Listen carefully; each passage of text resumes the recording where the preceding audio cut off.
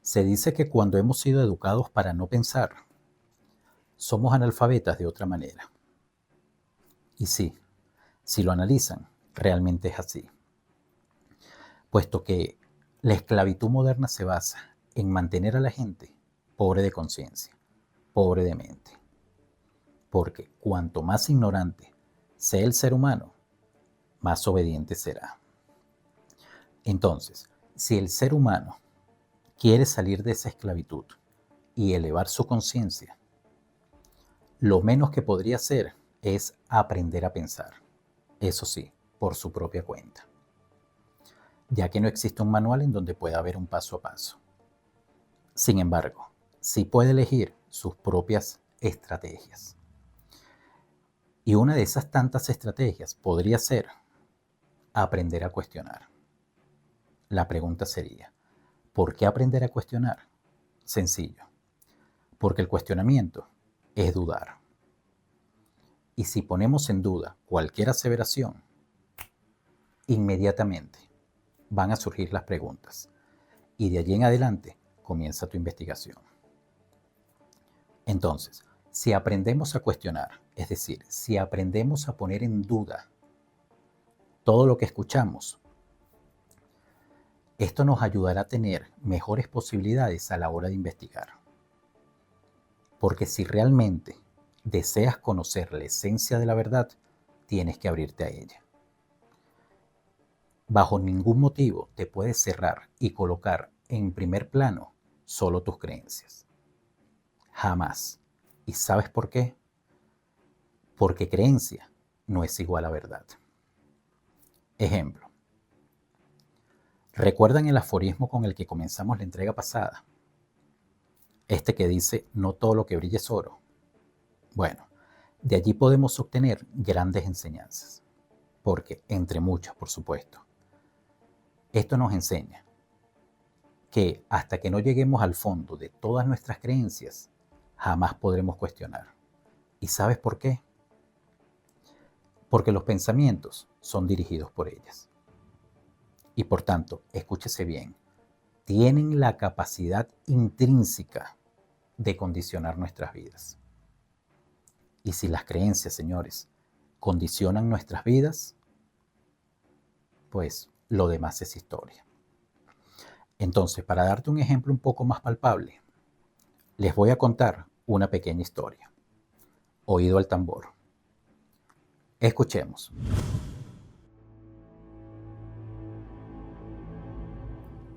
La teoría del mito de Jesús, también conocida como Jesús mitológico, el mitismo de Jesús o la teoría de la historicidad de Jesús, es la opinión de que la historia de Jesús es una pieza de mitología, que no posee afirmaciones sustanciales de eventos históricos.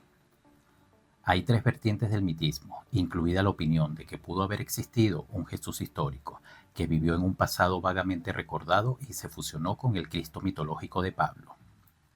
Una segunda postura es que nunca hubo un Jesús histórico, solo un personaje mitológico, historizado posteriormente en los evangelios. Un tercer punto de vista es que no se puede llegar a ninguna conclusión sobre un Jesús histórico, y si éste existió no se puede saber nada sobre él. La mayoría de los mitistas de Cristo siguen un triple argumento. El primero, cuestionan la fiabilidad de las epístolas paulinas y los evangelios para establecer la historicidad de Jesús. El segundo, notan la falta de información sobre Jesús en fuentes no cristianas en el siglo I e inicios del siglo II. El tercero, sostienen que el cristianismo primitivo tuvo orígenes sincréticos y mitológicos, reflejados tanto en las epístolas paulinas como en los evangelios, siendo Jesús un ser celestial que se concretó en los evangelios. Por tanto, el cristianismo no se fundó en los recuerdos compartidos de un humano, sino en un mitema compartido, es decir, un elemento constante en el estudio de la mitología.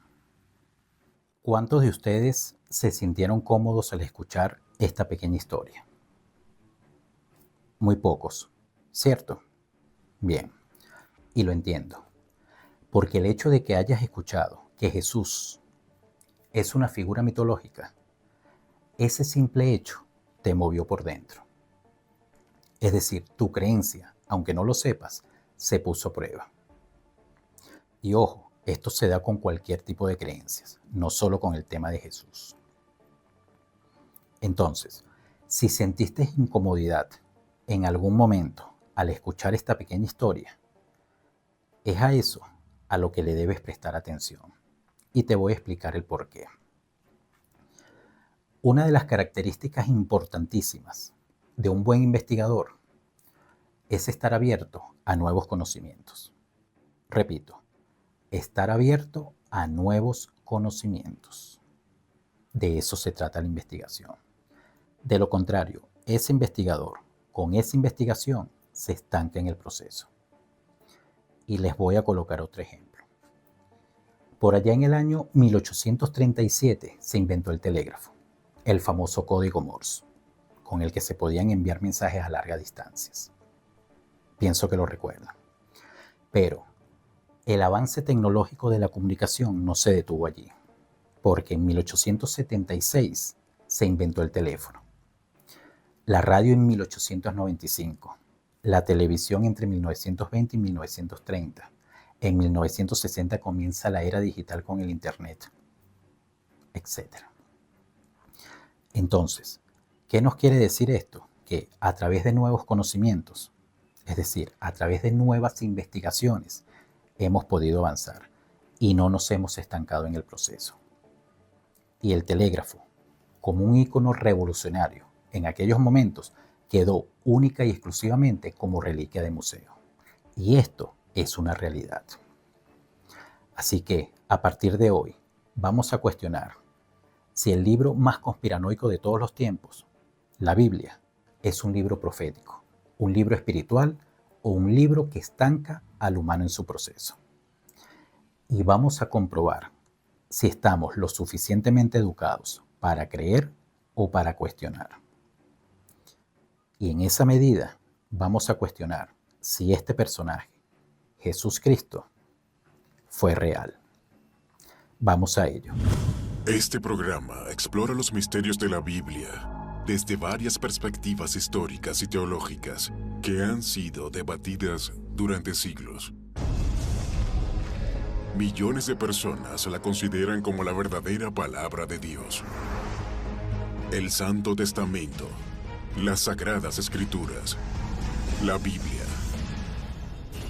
Ahora, por primera vez, una serie extraordinaria retará todo lo que pensamos, todo lo que sabemos y todo lo que creemos sobre la Biblia.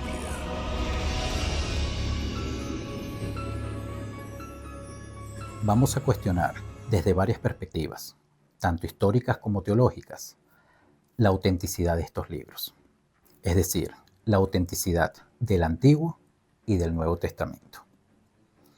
Bueno, si es que se le puede llamar testamento. Siendo los puntos importantes a cuestionar, las traducciones, las interpretaciones, quién o quiénes escribieron los documentos, entre otras cosas más.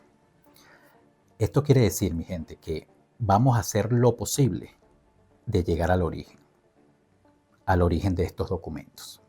Así que, sin más preámbulos, vamos al grano. Escuchemos.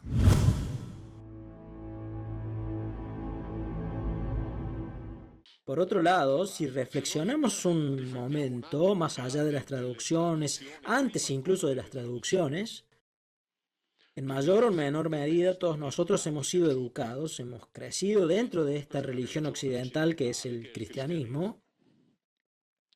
Esta religión tiene su raíz en el Antiguo Testamento.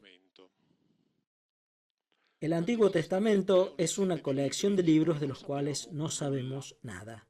Es decir, aparte de tener el código escrito en el cual escribieron ese libro, no sabemos más nada. Es decir, no sabemos quién lo escribió, no sabemos cuándo lo escribió, no sabemos cómo fue escrita originalmente y no sabemos cómo se leía.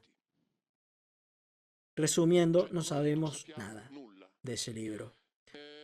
La cosa curiosa es que cuando se habla de exactamente eso es lo que me ha estado pasando en estos últimos 6 años, y es que cada vez que uno habla de esto le dicen las fuentes, deme las fuentes. Ahora, si a usted le preocupan tanto las fuentes, agarre el Antiguo Testamento y tírelo al contenedor de la basura, donde tira las cartas con publicidad que le mandan las empresas, porque el Antiguo Testamento es un libro que no tiene fuentes. Así que si usted es de los que le da vital importancia a las fuentes, olvídese de ese libro. Porque yo, por lo menos, en mayor o menor medida, las fuentes de lo que yo digo, las doy. Pero si yo voy y le digo a los teólogos, deme las fuentes de la Biblia, ninguno me las puede dar. Porque no existen. No sabemos quién la escribió. Solamente sabemos que la escribieron decenas y decenas y decenas de personas a lo largo de muchísimos siglos. La única certeza que tenemos, lo cual fue declarado por estudiosos bíblicos israelíes, docentes en la Universidad de Israel, es que la Biblia que leemos actualmente no es la que se escribió originalmente, porque cada vez que la reescribían, la cambiaban. Esta es la única certeza que tenemos sobre la Biblia. Tanto es así que cada vez que tenemos la posibilidad de hacer una comparación entre el código masorético, que es el del que, digámoslo así, básicamente derivan las Biblias que tenemos en casa, y códigos más antiguos, como por ejemplo el del Qumrán, vamos a encontrar centenares de variantes. Centenares. Y es válido para todos los demás libros. No hay ni siquiera una línea de la que podamos decir con certeza, sabemos que la escribió ese. Y no solamente del Antiguo Testamento. Atención, también pasa con el Nuevo Testamento. Es decir, no piensen que los evangelios de Marcos, Lucas y Juan fueron escritos por Mateo, Lucas y Juan. Nadie sabe quién los escribió. Es la tradición la que lo dice. Pero no lo sabe nadie. Hay miles de códigos evangélicos diferentes, y no estoy hablando de los apócrifos, estoy hablando de los atribuidos a los cánones. Y no hay dos que sean iguales. Es decir, no hay dos códigos que sean iguales. Así que la raíz de esta religión es esto que estamos viendo. ¿Vamos bien hasta ahora? Es decir, la Biblia es un libro que fue usado por aquellos que querían hablar de Dios. No es el libro que inspiró Dios para hablarnos a nosotros de sí mismo. Es una contra completamente... Fue tergiversado. Y yo estoy de acuerdo con eso. La Biblia fue usada por los teólogos que querían hablar de Dios y que eligieron ese libro. Y esto es algo muy significativo, muy significativo. Tan significativo como la pequeña historia que les conté, el fragmento sobre el mitismo de Jesús, en donde se alega que no existen documentos históricos que den la certeza de que este personaje existió. Y si lo comparamos con las palabras de Viglino, fácilmente podemos comprender que no se sabe absolutamente nada, tanto de los documentos como del personaje en cuestión. Pero lo único que sí se sabe, con toda certeza, es que estos documentos en el transcurso del tiempo fueron tergiversados y reinterpretados muchísimas veces por aquellos que han querido hablar de Dios, es decir, los teólogos terrestres. Sigamos.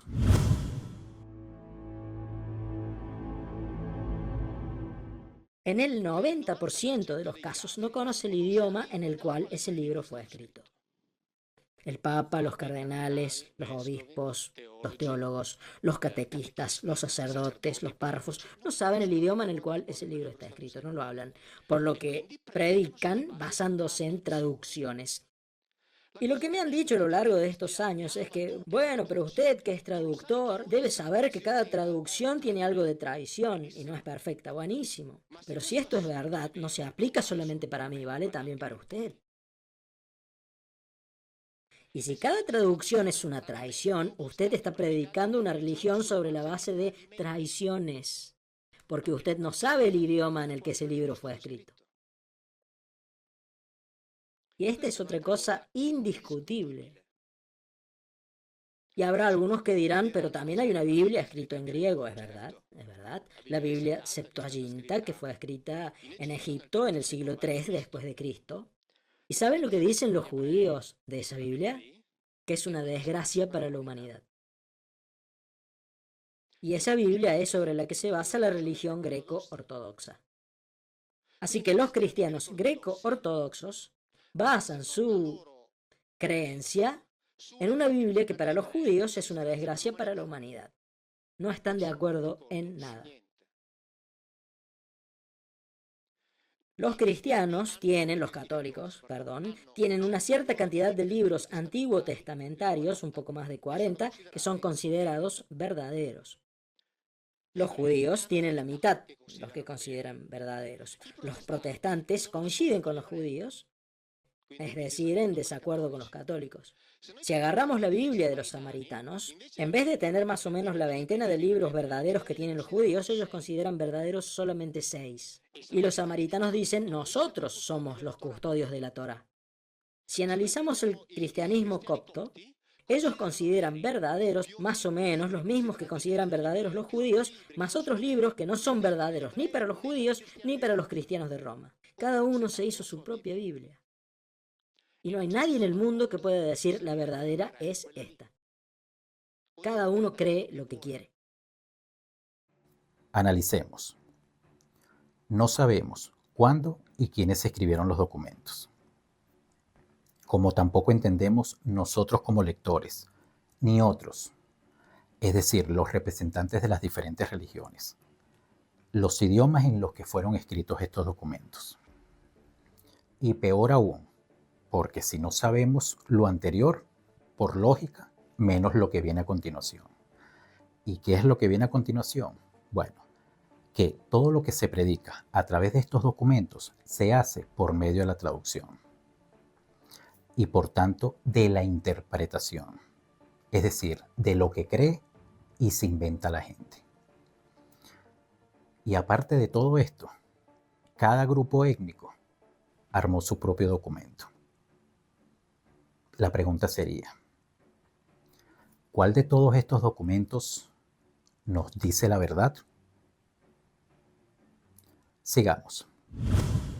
Y a todos les dicen, vos tuviste la suerte de haber nacido en el lugar indicado. Vos tuviste la suerte de nacer en el lugar donde tenemos la Biblia verdadera. Y eso se lo dicen a todos, ¿eh? Y nosotros creemos verdaderos esos libros de ahí porque nacimos acá. Si hubiéramos nacido en el Cuerno de África, hubiéramos escuchado decir que el libro etíope de Enoch es verdadero, pero como nacimos acá, escuchamos decir que es falso. Si hubiéramos nacido en Israel, nos habrían dicho que los libros verdaderos son solamente un cierto número. Si hubiéramos nacido un poquito más al norte de Judea, es decir, en Samaria, nos hubieran enseñado que los libros verdaderos son 6. Esta es la base. Y repito, quienes lo predican, en el 90% de los casos, no sabe el idioma en el que está escrito.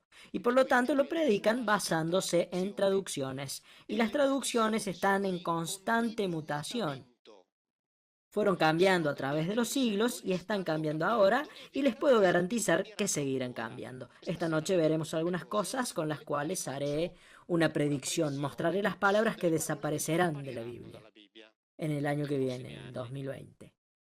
Y son palabras importantísimas, y eso después lo vamos a ver. Es decir, no sabemos nada del texto, es un texto sin fuentes, es predicado por gente que no sabe el idioma en el cual fue escrito. Realmente, todo es muy fácil de entender. ¿Y sabes por qué?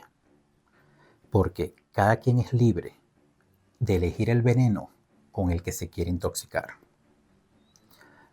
Es decir, todo este veneno se trata de creencias. Todo se trata de fe, mas no de la verdad. Por lo tanto, fe, creencia y verdad son dos cosas totalmente opuestas. Nada tienen que ver. Entonces, lo único que me queda es conectar la información. Veamos de qué se trata. Contacto 212, 6 de noviembre de 1986. Quetzal dice lo siguiente. Me preocupé en detalle por la aclaración de su pregunta sobre la autenticidad de los libros bíblicos. En este sentido, también pregunté a nuestros historiadores y revisé todos los registros históricos que se pusieron a mi disposición. Se hizo enteramente perceptible que todos los libros bíblicos no fueron escritos en un solo caso por aquellas personas a quienes se atribuyen. Así también es incorrecto que el Evangelio de Lucas y los Hechos de los Apóstoles provengan de Lucas, y además el libro de Job no fue escrito por este hombre mismo. Ambos libros de la Biblia se basan en lo que se escribió en un tiempo posterior, así como varios libros del Nuevo Testamento. Además, las cartas que se enumeran en el Nuevo Testamento tampoco fueron escritas por aquellos a quienes están asignadas. En verdad, estos eran analfabetos, que dejaban escribir las cartas a sus escribas, a quienes tenían que pagar remuneraciones. Así, el que dictaba una carta tampoco podía controlar lo que anotaba el escribano, por lo cual escapaba al que dictaba que se falsificaran muchísimas cosas. Sí, y todavía quedan algunas cosas, porque cuando fue escrita originalmente, repito, los que sabían leer y escribir eran muy pocos. Repito, los que sabían leer y escribir eran muy pocos. Así que nadie sabe cómo se leía originalmente la Biblia, nadie en el mundo lo sabe, nadie. Y a menos que alguien pueda volver al pasado, nadie lo sabrá jamás.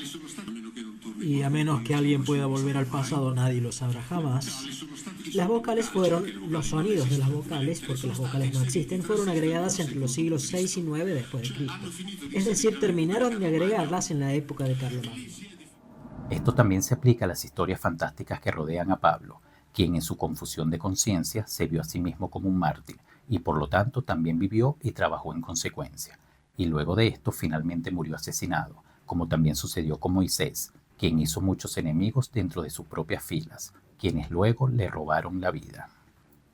Sí, Edfat ya dijo que Lucas no sabía escribir ni leer, como también debería haber sido cierto para los otros que son elogiados como escritores de la Biblia y el Nuevo Testamento. Pero, ¿también pudiste aclarar esto sobre el Evangelio de Mateo? Sí, yo también pude hacer eso. Mateo ignoraba tanto la lectura como todos los demás, a quienes se atribuyen los Evangelios y los libros de la Biblia. El Evangelio de Mateo fue dictado por Mateo a un escriba llamado Josué, quien interpretó todo el asunto a su libre discreción y lo escribió, y en consecuencia también lo falsificó. Repito, el Evangelio de Mateo fue dictado por Mateo a un escriba llamado Josué, quien interpretó todo el asunto a su libre discreción y lo escribió, y en consecuencia también lo falsificó. ¿Se sabe entonces la razón por la que todos los libros y cartas son sin embargo atribuidos a los discípulos y evangelistas y profetas? Cabe señalar que de los discípulos de Immanuel, solo Judas Iscariot estaba realmente familiarizado con la lectura y la escritura, porque él era lo que nadie sabía, y por lo tanto tampoco se transmitió. Un escriba que dejó su profesión, sin embargo se convirtió en un seguidor de Immanuel. Como resultado de muchos años de investigaciones, que también fueron realizadas por nuestros científicos e historiadores a través de viajes en el tiempo.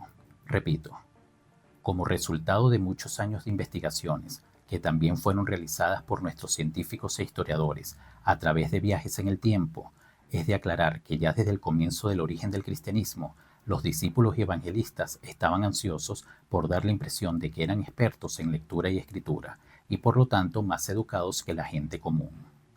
Esto se debió a que las personas sencillas entre la gente tenían la opinión errónea de que aquellos que eran más educados que otros simplemente sabrían y entenderían más, y en consecuencia también estarían capacitados y autorizados para enseñar a las personas más ignorantes e incultas.